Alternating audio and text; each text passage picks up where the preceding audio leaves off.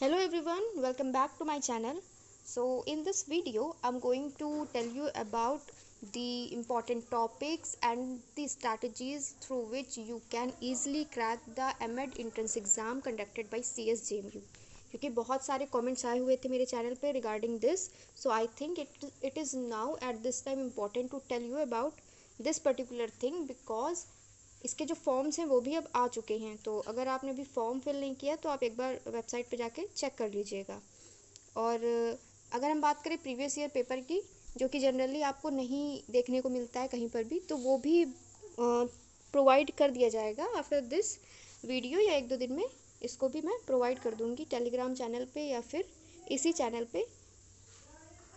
So now सबसे पहले आपको पता होना चाहिए किसी भी एग्ज़ाम को जब आप प्रिपेयर कर रहे हैं तो उसका सिलेबस क्या है। तो सिलेबस तो आपको मिल जाएगा और सिलेबस में जनरली वही सारे टॉपिक्स होंगे जो आपके बीएड में आपने पढ़ के आए हुए हैं, ठीक है। तो आपको उन सारे टॉपिक्स से गो थ्रू करना है, लेकिन सारे टॉपिक्स को पढ़ना with in a limited time period is not a smart strategy. तो हमें मेनली फोकस करना है इंपॉर्टेंट टॉपिक्स के ऊपर, क्योंकि मैंने ये वाला पेपर दिया हुआ है और ईज़िली मैंने अच्छी रैंक भी सिक्योर की थी। तो I am able to crack the code of this particular entrance exam कि यहाँ पर कौन से टॉपिक्स बहुत ज़्यादा इंपॉर्टेंट होते हैं और कौन से उतने इंपॉर्टेंट नहीं होते हैं। तो from my point of view जो भी मैं आपको इसमें टॉपिक बता रही हूँ वो मेरे पॉइंट ऑफ व्यू के अकॉर्डिंग है, ठीक है। बहुत ज़्यादा मैं ये नहीं बोल रही हूँ कि स्ट्रिक्टली आपको इस पर ही रिलाई करना है, लेकिन जितने टॉपिक्स मैं आपको बताऊँगी उतना सर्टेन है कि उससे आपका जो पेपर है वो ईजिली निकल जाएगा। बाकी आप सिलेबस भी देख लीजिएगा, सिलेबस में आपका वही सब टॉपिक्स होंगे जो आपने बीएड में ऑलरेडी पढ़े हुए हैं।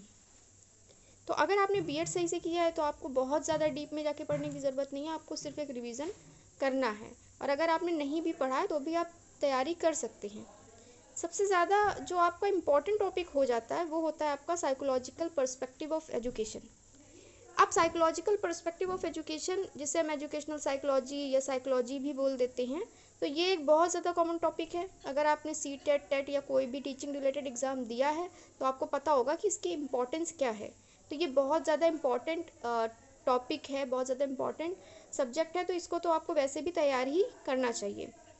इसको आप बहुत अच्छे से तैयार करें, सिर्फ इस एंट्रेंस एग्ज़ाम के लिए नहीं, अपने फ्यूचर में आने वाले एग्ज़ाम्स के लिए भी। इसके बाद में जो सेकंड इम्पॉर्टेंट है, यहाँ पर जो भी मैंने टॉपिक्स मेंशन किए हैं ये अकॉर्डिंग टू देयर इम्पोर्टेंस मैंने हायरार्किकल ऑर्डर में लगाए हुए हैं। तो आपका पहला हो गया साइकोलॉजिकल पर्सपेक्टिव, उसके बाद में आता है आपकी फिलॉसफी, जिसे आप कहते हैं फिलोसफिकल पर्सपेक्टिव ऑफ एजुकेशन, यानी कि आपके जो दर्शन शास्त्र होता है वो। तो इसको आपको अच्छे से पढ़ना है। अब इसमें क्या क्या इंपॉर्टेंट टॉपिक्स हो सकते हैं विद इन दिस, ये आपको बाद में पता चलेगा जब मैं आपके साथ में previous year question paper share करूँगी, इसको सॉल्व कराऊँगी, ठीक है।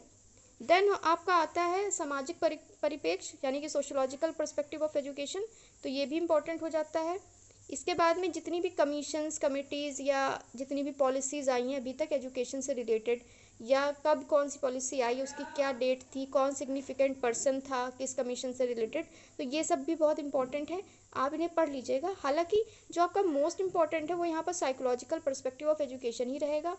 अगर पेपर बहुत ज़्यादा मतलब साइकोलॉजिकल पर्सपेक्टिव की तरह थोड़ा मतलब जैसे कि लास्ट ईयर था, अगर वैसा बना तो चांसेस ये हैं कि आपका 80 to 90% इधर से ही कवर हो जाएगा।